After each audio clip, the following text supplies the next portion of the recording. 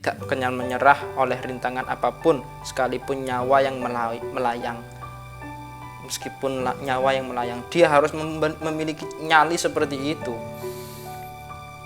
Apalagi hanya sekedar malas, karena A'udzu billahi minasyaitonir rajim. Bismillahirrahmanirrahim. Bismillahirrahmanirrahim. Assalamualaikum warahmatullahi wabarakatuh. Alhamdulillah wa syukranillah, amma ba'du. Di sini saya atas nama Ahmad Muhammad Fikrud Duha, salah satu santri dari Pondok Pesantren Madrasatul Quran Tebuireng, mencoba menjawab pertanyaan dari Mas Muhammad Hasbullah tentang kiat-kiat menghafal Quran.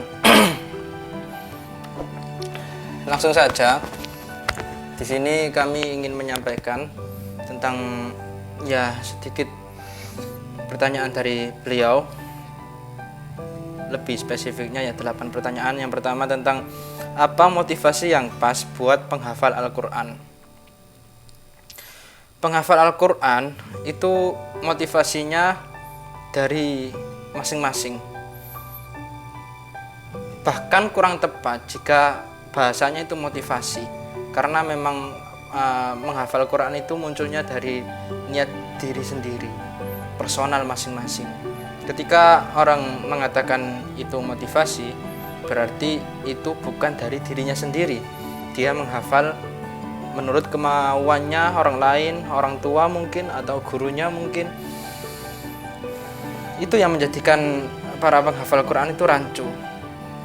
Penghafal Quran yang sejati adalah mereka yang tetap menghafal terus menerus, menghafal walaupun lingkungan dan manusia sekelilingnya tidak kondusif.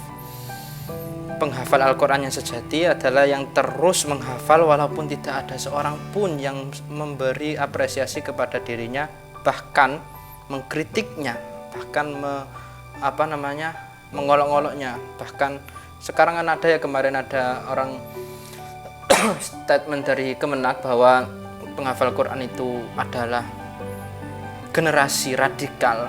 Itu permasalahan yang lagi viral sekarang.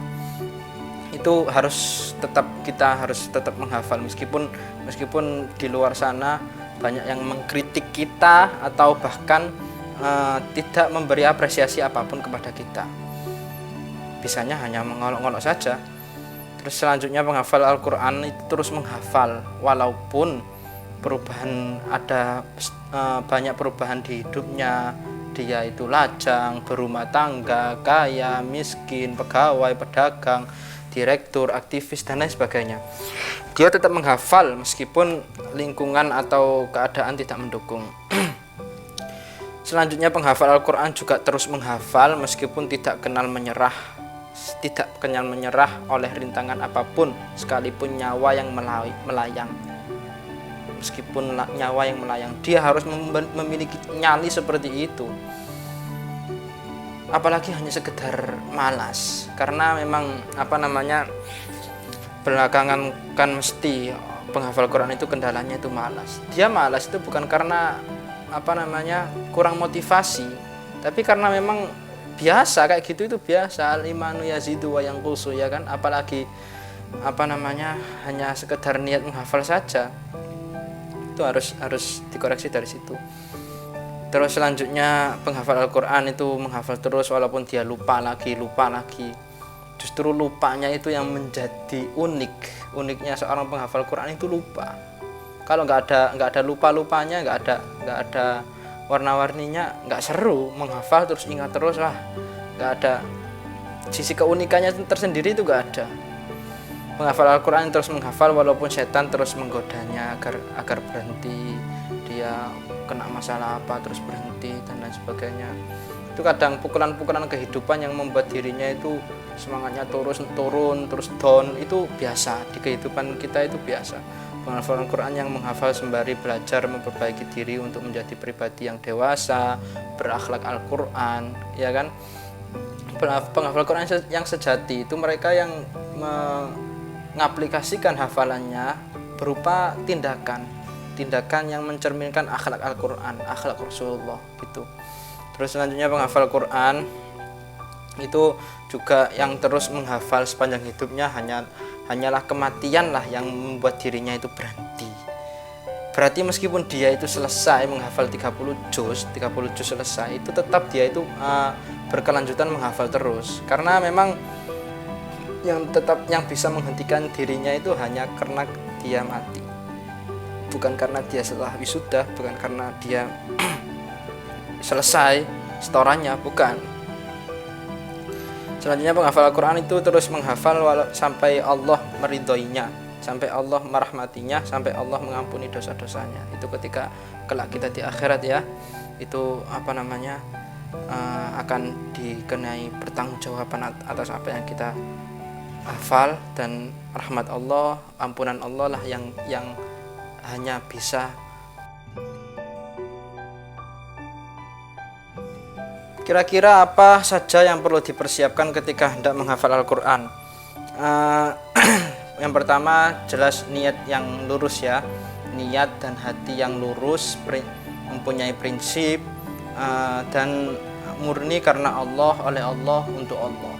Karena kadang kita itu niatnya, orang kan kadang berubah-ubah ya, kadang dia itu menghafal Quran karena beasiswa, kadang dia ya sekedar hanya sudah 30 juz selesai sudah terus nggak dilanjutkan, nggak pernah diterus. Itu yang menyebabkan kendala penghafal Qurannya seperti itu. Kadang niat yang berubah-ubah itu perlu kita kontrol lagi, karena kadang yang wajib kita musuhi, yang wajib kita sombongi, yang wajib kita kontrol adalah diri kita sendiri. Kadang kita itu sok-sok mengontrol orang lain, sok-sok mengontrol lingkungan, padahal diri kita sendiri belum kekontrol sepenuhnya.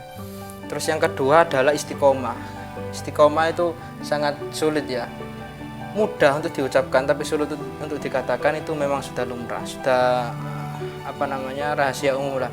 Cuman yang wajib kita lakukan adalah usahanya, istiqomah dalam mushaf, istiqomah dalam gurunya, setorannya, istiqomah dalam tempat, istiqomah dalam suasana keadaan dia menghafal itu ketika bagaimana. Itu yang menjadikan sisi kejiwaan dan emosionalnya itu menjadi terlatih, dan akhirnya tumbuh prinsip yang teguh pendirian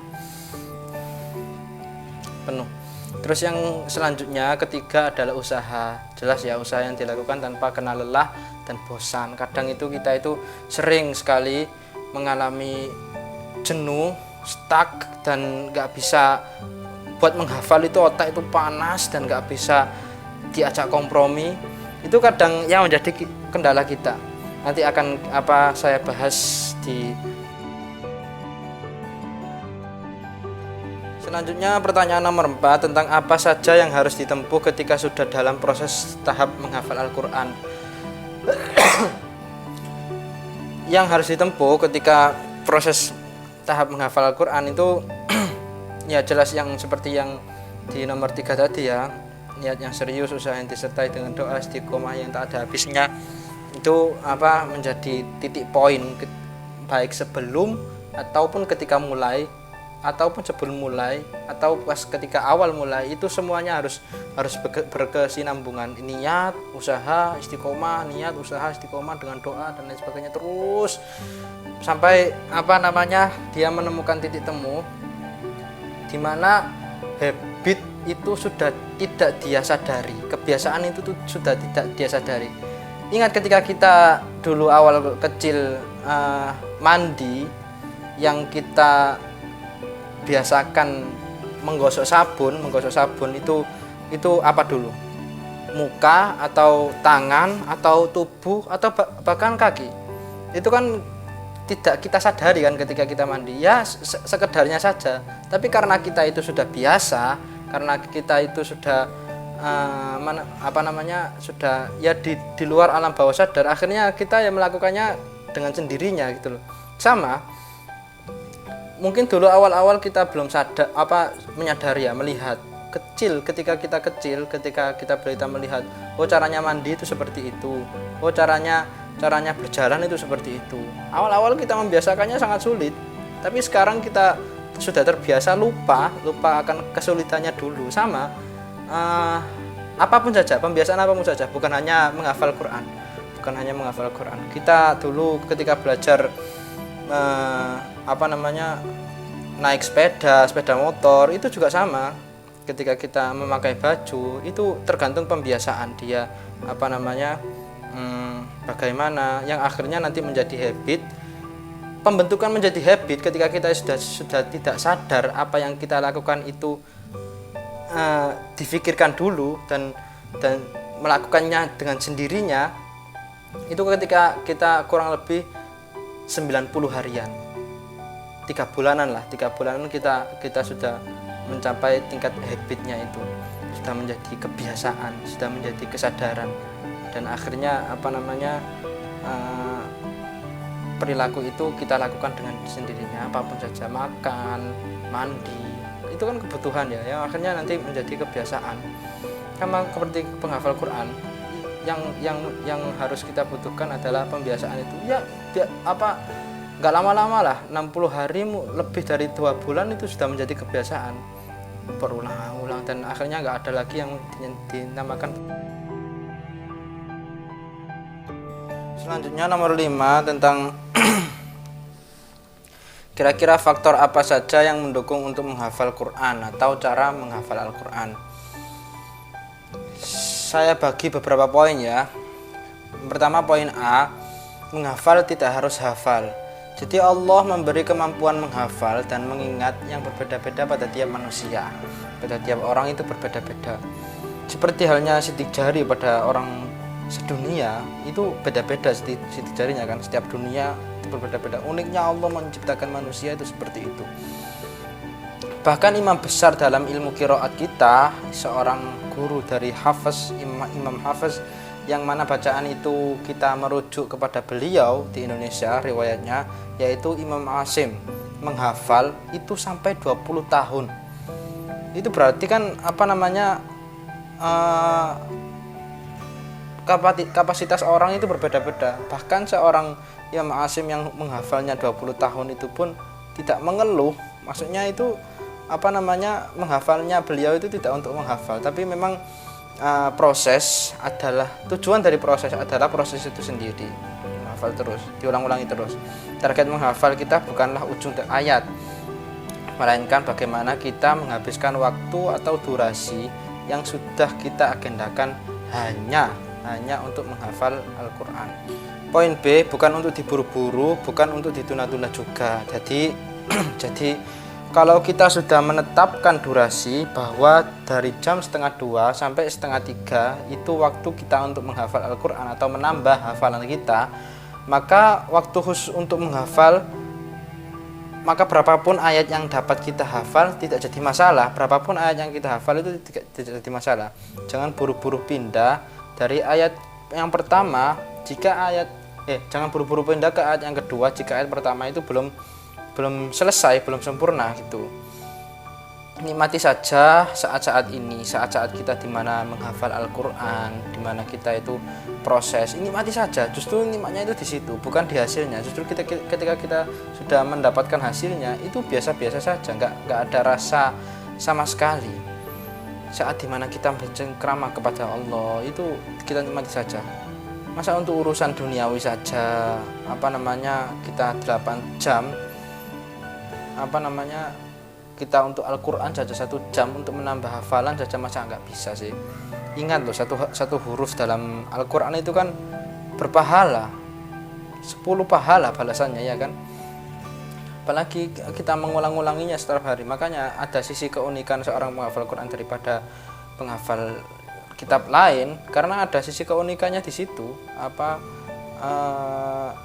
kesakralan yang muncul ketika penghafal Quran itu ada ya, karena itu dia mengulangi terus dan sisi pahalanya itu ada, berbeda dengan orang yang menghafalkan kitab Alfiyah, Shorof, Nahwu dan lain sebagainya. Jadi jangan buru-buru, tapi ingat juga jangan terlalu ditunda-tunda juga, karena memang menghafal Quran itu adanya untuk dinikmati.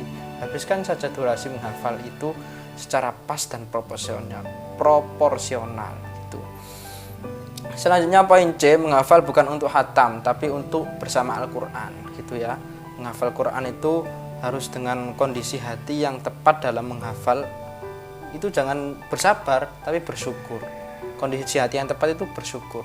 Menghafal itu kan kita sering ya mendengar orang lain itu mendengar kalimat menghafal emang kudu sabar. Ya, harusnya kita itu sabar, yang sabar ya Leo, seperti itu. Iya memang sih benar, gak ada salahnya. Tapi ya hanya kurang pas saja karena memang kesannya ayat-ayat itu seakan seperti batu yang kita angkat di punggung kita, yang cepat-cepat kita pindahkan agar segera terbebas dari beban, yaitu ya hafalan kita sendiri, yaitu khatam. Hafalan kita khatam, sudah hafal selesai, seakan-akan beban itu sudah plong gitu, seakan seperti kita buang air besar gitu. Masa kita menghafal Quran seperti halnya kita buang air besar, kan enggak kan? Bukankah di awal surat Toha Allah berfirman bahwa Al-Quran itu diturunkan bukan sebagai beban, tapi melainkan untuk khatam, jika juga melainkan kita untuk menghafal terus menerus, nggak ada ujungnya sampai mati pun kita tetap menghafal Al-Quran. Yang maksudnya itu yang bisa menghentikan seorang penghafal Quran itu adalah ketika kita mati. Itu pun pahalanya masih mengalir kan. Untuk apa kita khatam jika tidak pernah diulang, ya kan? Maka setialah bersama Al-Quran selagi kita bisa setia.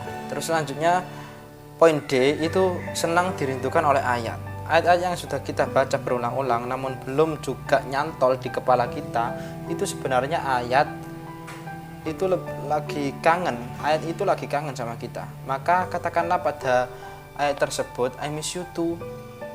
Saya juga rindu kepadamu. Coba dibaca arti pada tafsirnya. Bisa saja itu merupakan solusi dari setiap permasalahan kita. Bisa saja itu merupakan jawaban dari pertanyaan kita. Jangan buru-buru sumpek, jangan buru-buru suntuk terhadap suasana hati kita. Ketika kita nggak hafal-hafal, senanglah.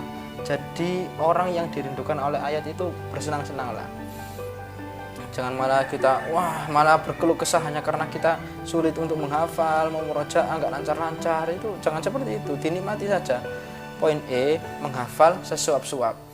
Jadi nikmatnya suatu makanan itu terasa ketika kita sedang memakannya, bukan ketika kita sedang selesai makan, kenyang. Itu bukan di situ nikmatnya. Bukan pula ketika kita sebelum makan, tapi ketika kita makan. Itu kan rasanya di lidah. Nikmatnya ayam bakar itu kan sangat, teksturnya itu terasa. Bukan sebelum makan, bukan pula setelah makan. Nikmatnya menghafal itu adalah ketika membacanya berulang-ulang, bukan ketika kita sudah lancar, bukan ketika kita sudah wisuda, bukan ketika kita sudah hafal 30 juz lancar, itu bukan. Ketika kita mengulang-ulanginya pada prosesnya itu sendiri. Dan besarnya suapan itu juga harus pas pada volume mulut kita agar makanan itu terasa nikmat. Makan pakai sendok teh itu juga gak nikmat karena terlalu sedikit. Makan pakai centong nasi itu juga agak nikmat karena terlalu besar porsinya di mulut kita.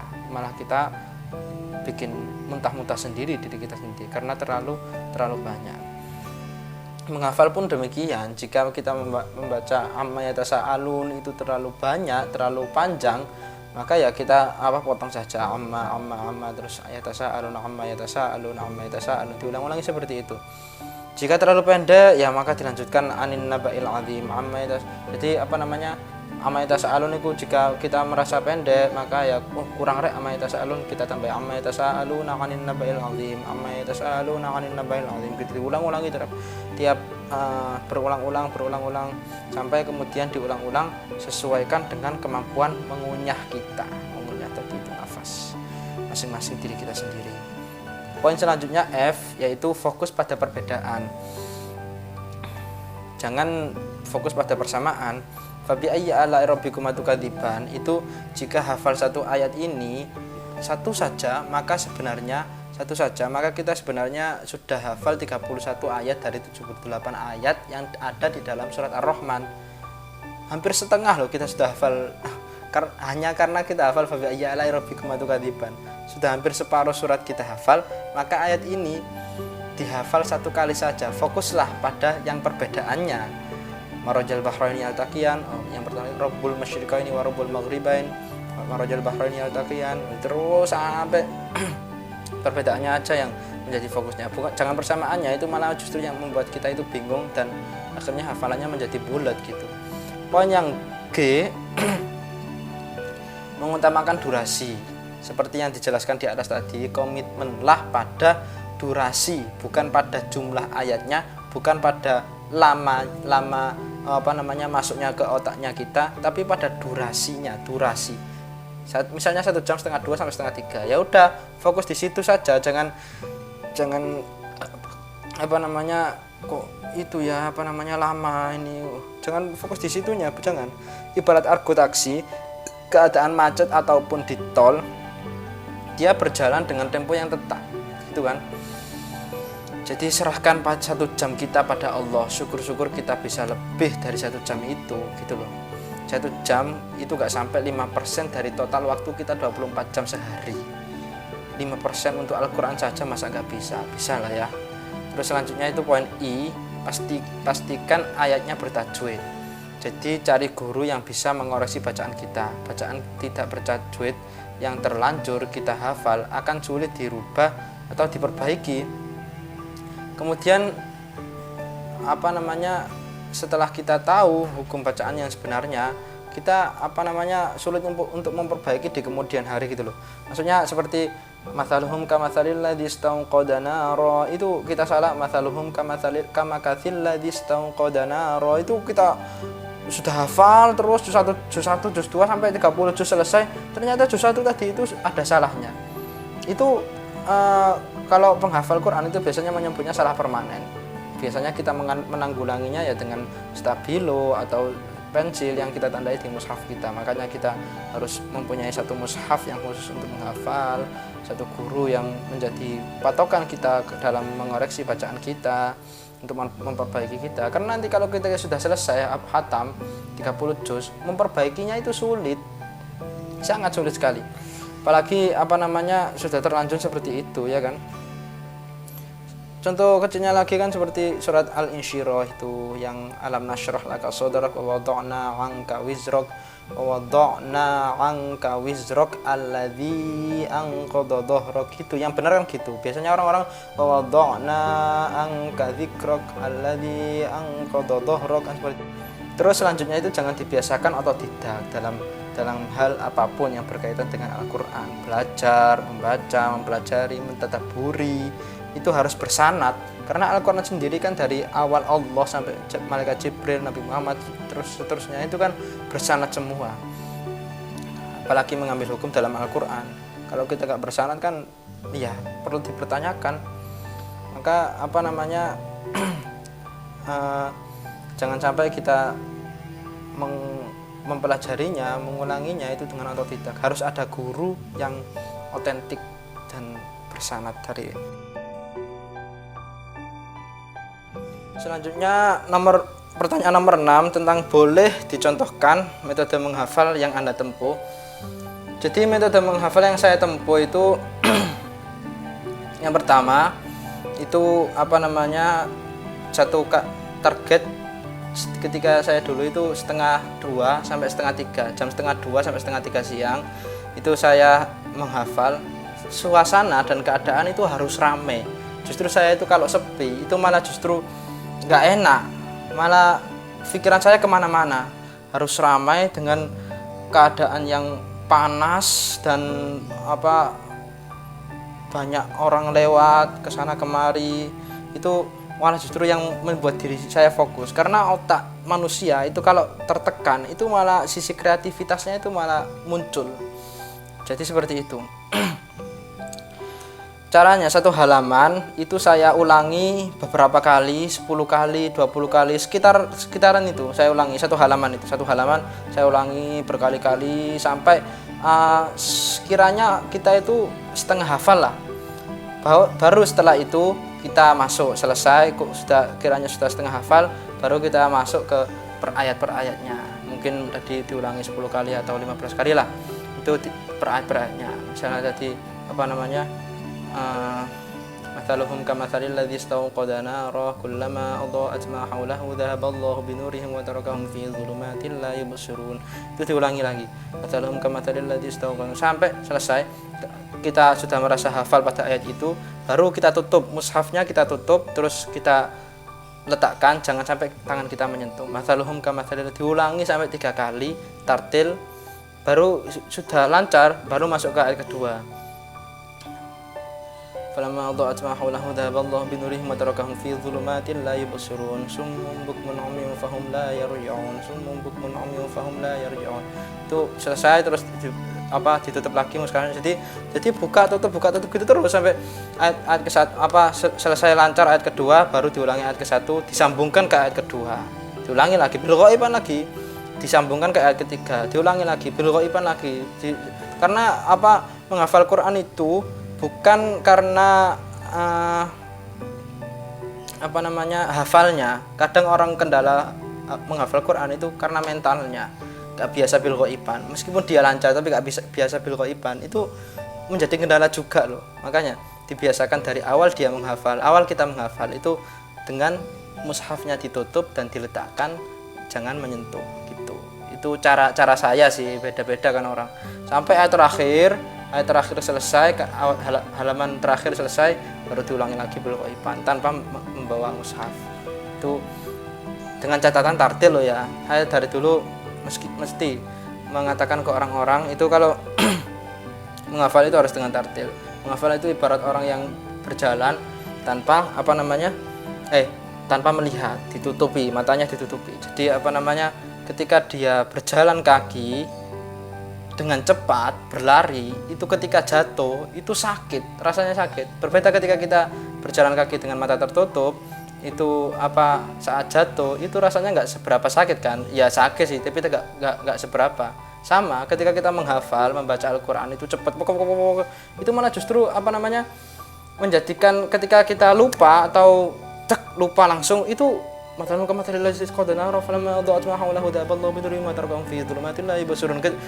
lupa ayat setelahnya itu apa? Langsung lupa ayat sebelumnya sampai awal, saya tadi baca juz berapa ya? Saya tadi baca kaca berapa ya? Saya tadi baca halaman berapa ya? Malah kayak orang linglung gitu. Jadi kalau kita tartil pelan-pelan, ayat sebelumnya itu masih ingat, meskipun kita lupa ayat setelahnya, itu ayat sebelumnya itu masih ingat. Potensi kita mengulangi itu masih ada. Gitu. Kalau saya menganalogikan orang yang menghafalkan Al-Quran itu seperti itu. Jelas yang paling penting itu adalah mental, bukan IQ-nya tadi ya. Terus selanjutnya adalah pertanyaan ke-7, bagaimana menghilangkan rasa malas atau menjaga himmah dalam menghafal Al-Quran. Ya, dari nomor 7 ini saya golongkan menjadi 3 bagian ya. Yang pertama itu poin A, itu dengan selalu mencanangkan kepada pikiran dan hati kita bahwa ketika kita malas itu bahwa saya akan memberi satu mahkota dan jubah dari emas kepada seorang yang selama ini merawat dan membesarkan saya dari kecil sampai sekarang. Kelak di surga wahai bapak dan ibu, kita akan bertemu dan saya akan memberinya untuk Anda berdua. Kan pahalanya seorang menghafal Quran kan seperti itu ya, memberi mahkota dan jubah dari emas yang akan kita berikan kepada orang tua kita, dan kita bisa menolong orang yang dari neraka 10, itu kan macam-macam. Itu hadirkan pikiran seperti itu, sugesti seperti itu hadirkan kepada diri kita bahwa nantinya itu ketika kita hafal itu akan bisa membalas jasa dari orang tua kita ketika kita di surga. Terus poin B, membuat prinsip akan punishment dan reward. Nah ini kepada dirinya sendiri. Dulu saya itu saking malesnya, saya ingat dulu itu ketika saya itu menghafal juz 17, itu saya saking malesnya, itu dulu saya sampai akhirnya saya kembali ke kamar, terus gak bisa, otak ini sudah panas, gak bisa menghafal. Saya balik ke kamar, saya lihat ke lemari dompet, terus ternyata uang saya itu tinggal 5.000.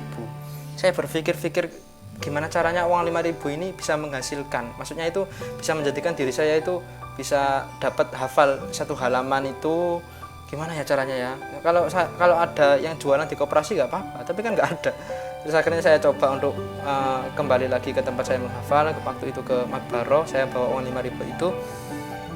Terus saya bilang ke diri saya sendiri, uang 5.000 ini harus saya dapatkan, saya tukarkan dengan satu halaman di juz 17 itu, ketika saat itu la yasmauna hasisaha. Itu saya hafal sampai selesai. Pokoknya saya paksa diri saya, kalau saya lancar hafalan ini dan saya semakkan ke teman saya, nggak ada salahnya sama sekali, nggak ada sama sekali. Uang 5.000 ini saya jajankan untuk diri saya sendiri, saya buat tasyakuran untuk diri saya sendiri, ya itu saya anggap sebagai hadiah untuk diri saya sendiri dan oleh dari diri saya sendiri. Tapi ketika saya menghafal selesai terus lancar, terus saya semakkan ke teman saya, kok ada salahnya gitu aja, itu sudah saya anggap salah dan saya anggap menjadi hukuman. Uang 5.000 itu saya buang ke tempat sampah gitu. Prinsip saya dulu gitu, cara melawan diri saya sendiri itu seperti itu. Akhirnya saya hafal, uang saya tinggal 5.000 aja loh, satu lembar itu 5.000. Setelah selesai saya menghafal sampai 1 jam setengah 2 sampai setengah 3, suntuk, siang, panas, ramai, suasana yang nggak mendukung lah, maksudnya nggak mendukung bagi orang lain. Kalau saya biasanya menganggapnya ya mendukung, saya biasanya ya di tempat yang ramai. Terus selesai saya semakkan ke teman saya, satu kaca itu lancar pas ayat terakhir halaman terakhir, saya lupa dan akhirnya langsung ya udah, hanya karena saya lupa ayat terakhirnya itu saya diem, ojo diling, tapi ya nggak ingat saya sampai akhirnya diingatkan sama teman saya. Sudah selesai disimakkan, uang 5.000 itu saya buang ke tempat sampah. Hanya karena sebelumnya saya malas. Hukuman ketika saya sebelumnya itu, kenapa saya sebelumnya tadi itu malas gitu. Tapi kan untung gitu loh, meskipun uang 5.000 itu saya buang ke tempat sampah, untung. Jadi saya tetap dapat satu halaman, tetap nambah hafalan gitu. Ini meskipun saya mengorbankan uang 5.000 itu, nggak tahu sekarang uang 5.000-nya di mana, entah ditemukan orang atau gimana. Cuma yang jelas kita itu harus gila, harus keras terhadap dirinya sendiri, itu harus keras, tegas, memberi hukuman jika target yang satu waktu tidak terlaksana, dan memberi hadiah ketika target itu tercapai dengan sempurna. Karena menghafal Al-Quran itu juga memberi hikmah kepada kita, angkat tanggung jawab, lebih dewasa, lebih profesional gitu. Terus poin selanjutnya yang C, menghindari maksiat. Karena tidak naif lah ya, semua manusia, khususnya kita para remaja, kebanyakan penghafal Al-Quran itu kan para remaja ya, jiwa-jiwa mudanya itu lagi meronta. Itu kerap kali gangguan yang paling signifikan itu adalah maksiat. Karena memang lagi puber terus itu yang menjadi kendala penghafal Quran selama ini ya seperti itu. Sama halnya kita mendengarkan yang dikatakan Imam Syafi'i kepada gurunya Imam Waqi tentang keluhan akan buruknya hafalannya itu bagaimana. Karena ilmu itu adalah cahaya, maka cahaya itu menjauh dari maksiat. Jadi kita itu ketika belajar, ketika menghafal itu harus menjauh dari maksiat gitu. Jadi usahakan kepada diri kita sendiri untuk selalu menghindari maksiat. Terus selanjutnya, pertanyaan kedua, menghafal Quran itu sulit apa mudah? Kalau menurut saya pribadi sendiri ya, menghafal Quran itu sangat mudah, sangat mudah bahkan. Karena tidak memerlukan IQ yang tinggi, hanya perlu pembiasaan, hanya perlu pengulangan gitu saja. Kalau memang kita setiap hari sudah mengulang, kita setiap hari sudah memurojaah, membiasakan terus menerus, tapi kok gak lancar-lancar, ya itu menghafal Quran yang sejati ya seperti itu. Justru kita yang ketika sudah lancar terus malah berhenti, itu bukan penghafal Quran yang sejati. Itu meskipun IQ-nya tinggi terus ingatannya itu tajam, dia malah, karena memang penghafal Quran itu yang menjaga spesifiknya itu ya penjaga Al-Quran, bukan penghafal, penjaga. Hafizul Quran itu kan menjaga. Jadi menurut saya sih mudah-mudah saja, nggak ada batasan dia IQ-nya tinggi, pintar, bodoh, semuanya itu bisa diatasi. Selanjutnya pertanyaan nomor 8. Apa di dalam proses menghafal Al-Quran itu ada cobaan-cobaan? Jelas, sangat ada dan banyak. Saya sendiri mengalami, kalau menurut saya sendiri ya, itu mengalami banyak sekali cobaan-cobaan, entah dari keluarga, orang tua, rumah dan lain sebagainya.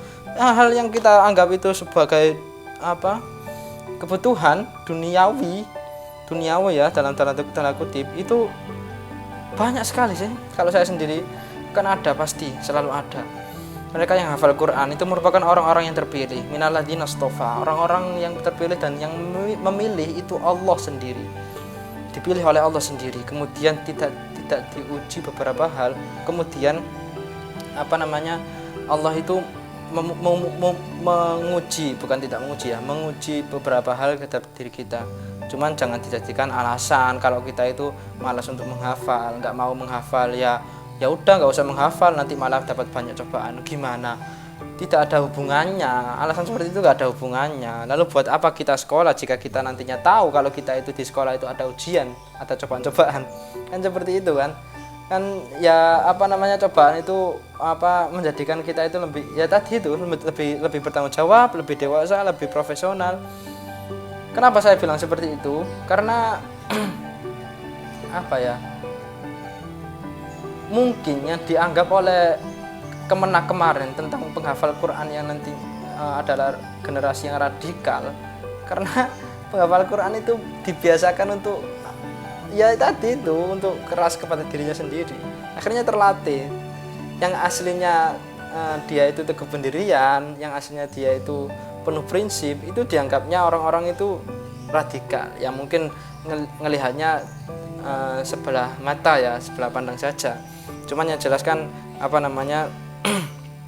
cobaan itu selalu ada, ujian itu selalu ada. Yang kita jadi hiburan, yang kita anggap motivasi ya supaya kita naik kelas. Cobaan-cobaan itu harus kita lalui dengan penuh rasa syukur, bukan hanya sabar loh ya, juga rasa syukur akan cobaan ini yang membuat diri kita akan bisa mencafaati orang-orang nanti di neraka, itu mengangkat 10 orang yang ada di neraka, terus mencafaati orang tua kita dan lain sebagainya. Kemuliaan-kemuliaan itu akan muncul, tapi perlu dicatat, jangan dijadikan sebagai tujuan. Jangan kita menjadikan surga, syafaat itu menjadi tujuan kita untuk menghafal. Tetap tujuan kita oleh Allah, karena Allah dan untuk Allah, bukan untuk diri kita, bukan untuk supaya kita masuk surga, bukan. Pun nantinya kita ke surga kan nggak seperti yang kita bayangkan gitu loh. Toh kita nanti di surga kan dapat bidadari, ada sungai yang dari laut, tajri min tahtial anhar, kita akan kekal di dalamnya dan lain sebagainya. Itu memang ada, jelas ada, kita wajib mengimaninya, tapi jangan dijadikan sebagai tujuan. Jadikanlah itu sebagai hanya sekedar motivasi saja, hanya motivasi, tetap di garis bawah ya, hanya di tujuan kita hanya untuk Allah, oleh Allah, karena Allah gitu. Ya mungkin itu saja jawaban dari saya, singkat. Kurang lebihnya mohon maaf, karena memang saya juga manusia, sampai semua juga manusia, kita semua juga manusia yang tidak luput dari kesalahan, kekhilafan, dan penuh dosa. Saya juga masih proses, kita semua masih proses. Penghafal Quran nggak ada yang sampai berhasil, semuanya itu proses. Yang dapat menghentikan kita hanya kematian kita sendiri. Kurang lebihnya mohon maaf. Ihdinas siratal mustaqim. Wassalamualaikum warahmatullahi wabarakatuh.